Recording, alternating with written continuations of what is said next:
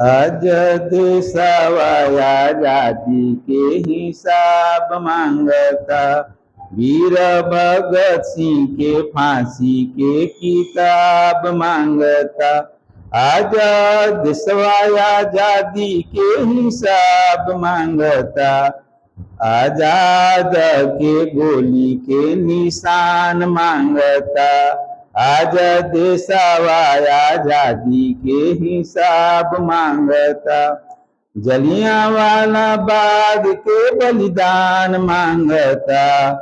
जलियांवाला बाग के बलिदान मांगता, आज देशवा आजादी के हिसाब मांगता।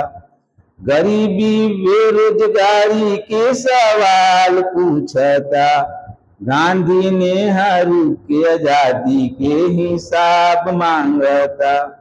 विकास के सवाल पर सवाल पूछता, झोपड़ी से महल तक आवाज गूंजता। आज देशवा आजादी के हिसाब मांगता, वीर भगत सिंह के फांसी के किताब मांगता।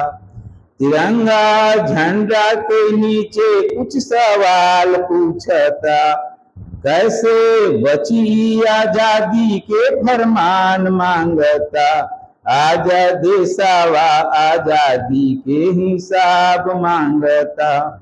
बात के बात में तकरार पूछता, पूछा नेता लोग के दिल के पुकार पूछता। देश के प्रतिष्ठा पर धूल उड़ता, राम कृष्ण के भूमि पर विवाद उठता। राहुल जैसे नेता पर सवाल उठता, आज देशवा आजादी के हिसाब मांगता। मुँह के बोली पर लगाम लगता, असली बात कहे के जुबान चाहता।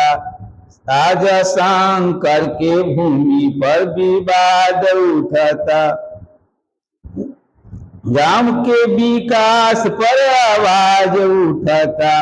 देश दुनिया में बदनामी के सुनामी उठता, आज देशवा आजादी के हिसाब मांगता।